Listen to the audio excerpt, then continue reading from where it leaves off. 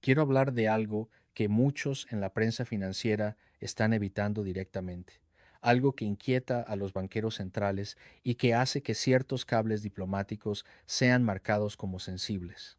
Estamos viendo cómo dos grandes emergencias económicas avanzan una hacia la otra al mismo tiempo, una dentro de la economía más grande del mundo y la otra dentro de lo que durante años se ha descrito como la única economía avanzada de Oriente Medio.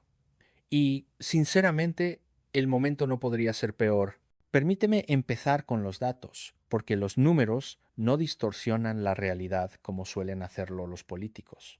En octubre, Estados Unidos superó los 38 billones de dólares en deuda nacional. 38 billones. Para dimensionarlo, eso equivale aproximadamente al 120% del PIB, un nivel que el país no veía desde la Segunda Guerra Mundial. Pero aquí está lo realmente inquietante. Estados Unidos gasta casi $1 billón cada año solo en intereses. No en infraestructura, no en educación, no en sanidad únicamente, en pagar los intereses de deudas pasadas. El director ejecutivo de Goldman Sachs, David Solomon, advirtió hace poco, y cito, habrá un ajuste de cuentas por esto. Tiene toda la razón. La pregunta no es si llega a ese ajuste, sino cuándo. Ahora pasemos a abril de 2025. El desplome bursátil que siguió a los aranceles del día de la liberación de Trump, aranceles masivos aplicados prácticamente a todas las importaciones estadounidenses, eliminó 6 billones de dólares en solo 2 días, la mayor pérdida en 2 sesiones de toda la historia. El Dow Jones se hundió más de 4,000 puntos. El S&P 500 cayó un 10%, el Nasdaq un 11%. Los mercados recuperaron algo como suelen hacer hasta el día en que dejan de hacerlo, pero hubo algo que no se recuperó, la confianza empresarial. La confianza del consumidor cayó a su nivel más bajo desde la época del COVID. La Conference Board informó que el porcentaje de personas que esperan una recesión subió a su punto más alto en 2 años. Goldman Sachs estima actualmente un 45% de probabilidades de que Estados Unidos entre en recesión en los próximos 12 meses. JP Morgan, incluso antes, sitúa el riesgo de recesión global en el 60%. La economía estadounidense, de hecho, se contrajo en el primer trimestre de 2025, la primera contracción superior al 2% desde la pandemia. ¿Por qué te estoy explicando todo esto? Porque lo que ocurre en Washington nunca se queda solo en Washington. El dólar sigue siendo la moneda de reserva mundial. Los bonos del Tesoro estadounidense siguen siendo considerados los activos más seguros del planeta. Cuando Estados Unidos estornuda, como dice el dicho, el resto del mundo se resfría. Pero, ¿y si no fuera solo un resfriado? ¿Y si algo mucho más serio estuviera desarrollándose? Déjame pasar ahora a Israel. Y quiero dejar algo muy claro antes de continuar. Señalar fallos en las políticas económicas y militares de un Estado no es lo mismo que atacar a un pueblo. Soy economista, no ideólogo. Analizo sostenibilidad fiscal, proporciones deuda-PIB y vulnerabilidades estructurales. Y lo que veo en la trayectoria actual de Israel es extremadamente preocupante. La economía israelí ha sido resiliente, eso es indudable. Su sector tecnológico ha sido un motor real de crecimiento, pero todo cambió después de octubre de 2023. La guerra que empezó en Gaza y se extendió al Líbano ha tenido un costo descomunal.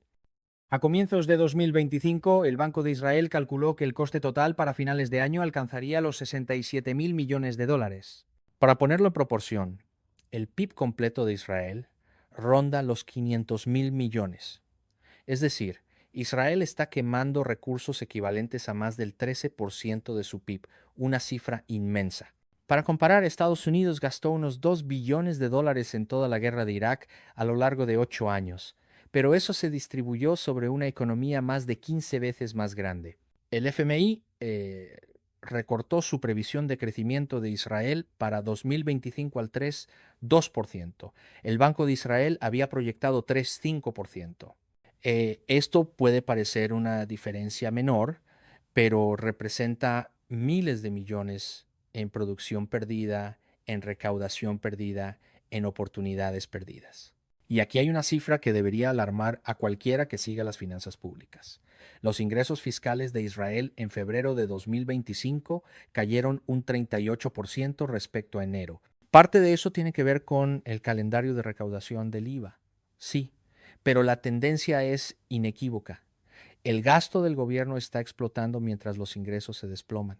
Israel elevó el presupuesto de 2023 en 30.000 millones de shekels, subió el IVA del 17% al 18% y aún así terminó con un déficit del 6,9% del PIB en 2024, casi el doble del límite del 3% fijado por Maastricht. Para 2025 prevén un 5%. Luego está la deuda. La deuda pública israelí pasó del 60% del PIB antes de la guerra al 69% a finales de 2024, un salto de 9 puntos en poco más de un año. Los CDS, el seguro contra impago, subieron un 69% en 2024. Algunos responden diciendo, Israel tiene respaldo estadounidense, estarán bien. Y sí, Estados Unidos aprobó un paquete de ayuda militar de 14.500 millones. Pero eso ni siquiera cubre la mitad del costo estimado de la guerra y no toca los problemas estructurales más profundos.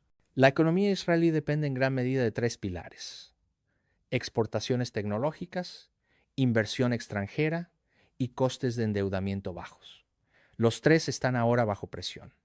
El sector tecnológico representa alrededor de la mitad de las exportaciones y cerca del 15% del PIB, y está claramente tensado. El FMI redujo la previsión del superávit por cuenta corriente de Israel del 4% del PIB al 8%, una caída valorada en unos 32.000 millones de shekels, aproximadamente 8.000 millones de dólares. ¿Por qué? Probablemente porque las exportaciones están cayendo debido a la guerra comercial intensificada por Trump. La política arancelaria estadounidense está golpeando los productos israelíes. El temor a una recesión en EU enfría la inversión global, incluida la que iba hacia Israel. Estas crisis no están separadas, están conectadas. Y ahora llegamos a la parte interesante en el sentido más alarmante del término. En junio de 2025, Israel e Irán libraron una guerra de 12 días. Israel atacó instalaciones nucleares iraníes, bases militares y figuras políticas, asesinando a científicos, comandantes y funcionarios. Irán respondió lanzando más de 500 misiles balísticos y más de 1.000 drones. 32 israelíes murieron, más de 3.000 resultaron heridos. Más de 1.000 iraníes fallecieron. Un alto el fuego llegó bajo intensa presión estadounidense. Pero aquí está lo que nadie quiere reconocer públicamente. Altos cargos israelíes, según múltiples medios israelíes, han afirmado que su objetivo es derrocar al régimen iraní antes de que termine el mandato actual de Trump. Y hace solo unos días, el New York Times informó que los expertos en Oriente Medio consideran otro conflicto Israel-Irán como solo cuestión de tiempo. Irán está reconstruyendo su arsenal de misiles rápidamente. Israel se prepara para una guerra mucho más larga. Y aquí está la realidad económica. Israel no puede permitirse otra guerra ni fiscalmente, ni económicamente, ni demográficamente. El conflicto de junio duró 12 días y aún así costó miles de millones. Uno más largo sería devastador. 13.000 israelíes fueron desplazados, escuelas cerradas, vuelos cancelados, comercios destruidos, el país entero en modo de emergencia. El turismo ya colapsado cayó aún más. El execonomista jefe del Ministerio de Finanzas, Joel Nave, advirtió en septiembre de 2024 que si el gobierno no elaboraba un presupuesto responsable para 2025, Israel enfrentaría una alta probabilidad de crisis financiera en 3 a 5 años. 3 a 5 años. Y ya estamos en 2025. El reloj está corriendo. Ahora hablemos de lo que una crisis financiera significa realmente. No implica que el país desaparezca. Implica que emitir deuda se vuelve muy difícil. Las tasas de interés sobre la deuda estatal se disparan. La moneda se debilita. El capital sale. La inversión extranjera se retira. El gobierno se ve obligado a aplicar una austeridad severa. Recortes de servicios, subidas de impuestos, despidos en el sector público. Ya hemos visto esto: Grecia, Argentina, el Líbano ahora mismo. Es prolongado, doloroso y socialmente corrosivo. Y para Israel, cuya seguridad requiere un gasto constante y elevado, es aún más grave. No pueden recortar la defensa sin poner en duda su seguridad existencial. El gasto social ya está presionado por tendencias demográficas. La población ultraortodoxa con baja participación laboral crece rápidamente. Las transferencias a estas comunidades alcanzaron 1.700 millones de dólares en el presupuesto de 2023. Entonces, ¿qué recortas? Infraestructura ya está deteriorada. Educación, sanidad, políticamente explosivo. La opción por defecto es endeudarse más, pero eso solo funciona si los prestamistas siguen confiando. Déjame conectar todo esto con el panorama geopolítico más amplio. Bajo la actual administración estadounidense, la imprevisibilidad se ha convertido en la norma. Los aranceles de Trump han irritado a aliados. El anuncio de abril provocó el peor desplome bursátil en 2 días desde 1987. Directores ejecutivos llaman abiertamente a este periodo la recesión Trump. La confianza empresarial se ha desplomado. Pero lo más importante para Israel, Estados Unidos muestra signos de agotamiento fiscal. Recuerda, Estados Unidos paga casi $1 billón al año solo en intereses. La Oficina Presupuestaria del Congreso prevé déficits de unos 2 billones anuales hasta 2030. La deuda podría llegar a 50 billones para 2030. En algún momento nadie sabe exactamente cuándo el Congreso chocará con un límite. El gasto discrecional ya es una fracción mínima del presupuesto federal. La mayor parte va a la seguridad social, Medicare y defensa. La ayuda exterior entrará en debate. Israel recibe unos 3.800 millones al año bajo un acuerdo que expira en 2028. Después de eso, con la deuda disparada y la presión interna en EU, nada está garantizado. Ahora imagina que estalla otra guerra más larga y más destructiva entre Israel e Irán. ¿Dará a Estados Unidos otro paquete de ayuda de 14.500 millones cuando esté hundido en deuda, posiblemente en recesión, con su infraestructura colapsando y los costes sanitarios disparándose? No es una pregunta retórica. Son las preguntas que mantienen despiertos a los ministros de finanzas. Imagina un escenario extremo no porque sea seguro, sino porque los economistas responsables deben considerarlo. Estados Unidos cae en recesión a finales de 2025 o principios de 2026. No es leve, llega con estanflación, caída económica y alta inflación a la vez. La Reserva Federal queda atrapada. Bajar tasas aviva la inflación, mantenerlas altas profundiza la recesión. En ese ambiente, los inversores globales huyen del riesgo. Los bonos del Tesoro siguen recibiendo algo de inversión, pero las dudas sobre la sostenibilidad fiscal hacen que los rendimientos suban, encareciendo el endeudamiento. Estados y municipios estadounidenses enfrentan crisis fiscales propias. Los mercados emergentes caen en masa bajo deudas en dólares. Turquía, Argentina, Pakistán, países muy endeudados en dólares, comienzan a incumplir pagos. El FMI, ya saturado, lucha por contener múltiples colapsos simultáneos. Y en medio de todo esto, estalla de nuevo la guerra en Oriente Medio. Israel lanza otro ataque, quizá porque la inteligencia señala un avance nuclear iraní, quizá por presión interna, quizá por dinámicas regionales. Irán responde. Hezbollah abre un frente total en el norte. Los hutíes intensifican ataques en el Mar Rojo. El precio del petróleo no sube un 7%, sino un 20, 30, 40%. La economía mundial, ya frágil, entra en crisis total. Las cadenas de suministro ya golpeadas se paralizan otra vez. La inflación resurge en Estados Unidos y Europa. Los bancos centrales quedan paralizados. La economía israelí dependiente del comercio, la inversión y la conectividad global se contrae bruscamente. El sector tecnológico se tambalea. El capital extranjero desaparece. El shekel se desploma. Los costes de endeudamiento se disparan. Y Estados Unidos, atrapado en su propia crisis y bajo presión interna, se niega a proporcionar la ayuda financiera y militar de décadas pasadas. ¿Es inevitable ese escenario? No. La economía no es destino. Las políticas pueden cambiar. Las guerras pueden evitarse. La disciplina fiscal puede restaurarse. Pero aquí está la razón por la que este escenario es más plausible de lo que muchos admiten.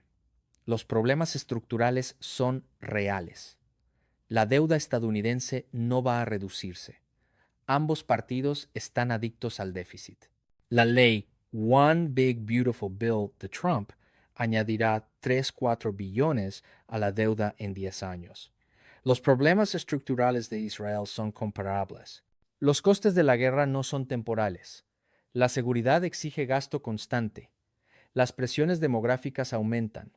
La economía no se ha diversificado más allá del sector tecnológico. Geopolíticamente, la dinámica apunta hacia la escalada, no hacia la desescalada. Los líderes iraníes dicen que otro conflicto es inevitable. Los dirigentes israelíes hablan abiertamente de un cambio de régimen en Irán. Estas no son palabras de gobiernos buscando salidas diplomáticas, y el margen de error se ha reducido drásticamente. En 2008, cuando llegó la crisis financiera, la deuda estadounidense era de unos 10 billones, cerca del 65% del PIB. Había espacio fiscal para estímulos masivos. Hoy son 38 billones, alrededor del 120% del PIB. Ese espacio ya no existe. Israel antes de 2023 tenía una deuda pública cercana al 60%. Hoy está en el 69% y subiendo en un país que vive bajo amenazas permanentes. También quiero subrayar algo que se suele ignorar: el coste humano. No hablamos de curvas abstractas. Estamos hablando de empleos perdidos, familias sin acceso a sanidad, estudiantes abandonando estudios, negocios cerrando, ahorros jubilatorios evaporados. En Israel, una crisis financiera golpearía a una población ya traumatizada por la guerra. Soldados regresando del frente encontrarían menos oportunidades laborales. Familias en duelo enfrentarían inseguridad económica. El tejido social, ya frágil, se tensaría aún más. En Estados Unidos, una recesión severa devastaría comunidades que nunca se recuperaron del todo de 2008. Resurgirían la crisis de los opioides, las muertes por desesperación, el deterioro social. ¿Qué se puede hacer? Primero, aceptar lo que no funcionará, cerrar los ojos y esperar que el problema desaparezca. Las crisis fiscales no se solucionan por arte de magia. Se resuelven mediante disciplina dura o mediante desastre. Para Estados Unidos, la solución es políticamente tóxica pero matemáticamente inevitable: reducir el gasto y aumentar los ingresos. Eso implica reformar prestaciones, elevar la edad de jubilación, aplicar pruebas de ingresos, ajustar fórmulas de coste de vida. Significa subir impuestos a los más ricos y a las empresas. Implica recortar el gasto militar, incluida la ayuda exterior. Nada de esto es popular, pero todo es necesario para evitar la dominancia fiscal, el punto en el que la deuda se vuelve tan grande que determina todas las decisiones políticas. Israel enfrenta una ecuación aún más complicada, porque no puede recortar la defensa fácilmente. Aún así, las reformas son posibles y urgentes. La OCDE lleva años pidiendo a Israel reducir barreras comerciales, aumentar la competencia en sectores internos caros y reformar su relación con la comunidad ultraortodoxa para elevar la participación laboral. Y sobre todo, y aquí economía y política chocan, Israel debe reevaluar el coste-beneficio de su doctrina de seguridad. La defensa es una cosa, las operaciones preventivas de cambio de régimen son otra. Son enormemente costosas, rara vez triunfan y suelen desencadenar consecuencias peores que el problema inicial. Las grandes potencias lo han aprendido repetidamente: Estados Unidos en Irak, Afganistán, Libia, Reino Unido durante el siglo XX. Y la realidad económica es esta: Israel no puede sostener una guerra larga con Irán. No financieramente, no socialmente, no demográficamente. El conflicto de junio duró 12 días y costó miles de millones. Uno prolongado con Hezbollah plenamente involucrado, rutas petroleras afectadas y movilización sostenida sería devastador. También está la inevitable cuestión de las acusaciones de antisemitismo. En muchos debates occidentales, cualquier crítica seria a la política israelí se etiqueta de inmediato como antisemitismo. Esto es intelectualmente deshonesto y peligroso. Criticar las finanzas de Arabia Saudita no es islamofobia. Criticar la deuda de China no es antichino. Criticar la inflación de Brasil no es antibrasileño. Y examinar la sostenibilidad fiscal y el sobrealcance militar de Israel no es antisemitismo. Israel es un Estado, tiene políticas. Esas políticas tienen consecuencias económicas. Mi función es analizar esas consecuencias. Fingir que criticar una política estatal equivale a atacar a un pueblo bloquea el debate necesario y hace que las advertencias se ignoren. Déjame ampliar aún más la mirada. El sistema posterior a la Segunda Guerra Mundial construido sobre el poder económico y militar estadounidense, la supremacía del dólar y la capacidad de UU de sostener la seguridad global muestra señales de agotamiento. Estados Unidos no puede permitirse patrullar el mundo, defender Europa, frenar a China y financiar aliados en Oriente Medio mientras acumula déficits de billones. Algo tendrá que romperse. Israel ha sido uno de los mayores beneficiarios de este sistema, recibiendo ayuda militar, cooperación de inteligencia, protección diplomática y acceso a armamento avanzado. Pero ¿qué ocurre cuando Estados Unidos ya no puede costearlo? ¿Qué ocurre cuando el Congreso mira el presupuesto y concluye que no puede financiar seguridad social, Medicare, defensa y ayuda exterior? Los países que dependen de las garantías estadounidenses tendrán que adaptarse y será doloroso. Para Israel, esto podría implicar decisiones durísimas, desarrollar abiertamente armas nucleares y afrontar sanciones, negociar con rivales regionales haciendo concesiones antes impensables, o replantear profundamente la cuestión palestina, un statu quo que es moral y económicamente insostenible. Ninguna de estas decisiones es sencilla, pero ya no pueden posponerse indefinidamente. Déjame unificar todo esto. Estamos observando dos economías profundamente conectadas entrando en periodos de tensión extrema. Estados Unidos, la economía más grande del planeta, arrastra déficits insostenibles, una deuda creciente, un reciente colapso histórico en los mercados y un riesgo significativo de recesión, todo ello.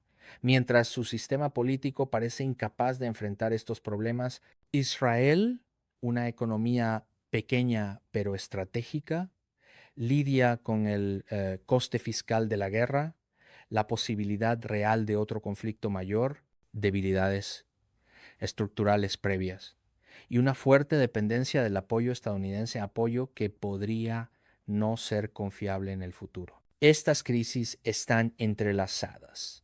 La política arancelaria estadounidense afecta a las exportaciones israelíes. El miedo a una recesión en EU reduce la inversión global. Las limitaciones fiscales estadounidenses podrían recortar la ayuda, y si ambos países entran en crisis simultáneamente, no habrá salvadores. Los próximos 12 a 18 meses son decisivos. Si EU entra en recesión, si Israel e Irán vuelven a la guerra, si ocurre otro choque financiero global, podríamos enfrentarnos a una crisis que haría que la de 2008 parezca manejable. Y a diferencia de 2008, los bancos centrales apenas tienen margen, los tipos de interés ya están bajos, el estímulo fiscal está limitado por deudas enormes. Y las herramientas usadas la última vez ya no están disponibles. Entonces, ¿cuál es la conclusión? ¿Qué hacemos con esta información? Si eres inversor, diversificas. No pones toda tu fe en acciones estadounidenses. Buscas activos que resistan inflación y devaluación, activos reales, diversificación geográfica, coberturas. Si eres responsable político, aunque pocos escuchan a los economistas últimamente, te preparas, planificas escenarios extremos. Identificas gasto esencial. Construyes consenso para reformas difíciles antes de que la crisis te obligue. Y si eres ciudadano de cualquier país, prestas atención. Exiges responsabilidad fiscal. Exiges claridad sobre el coste real de las aventuras militares. Entiendes que la estabilidad económica no es aburrida, es el fundamento de todo lo demás.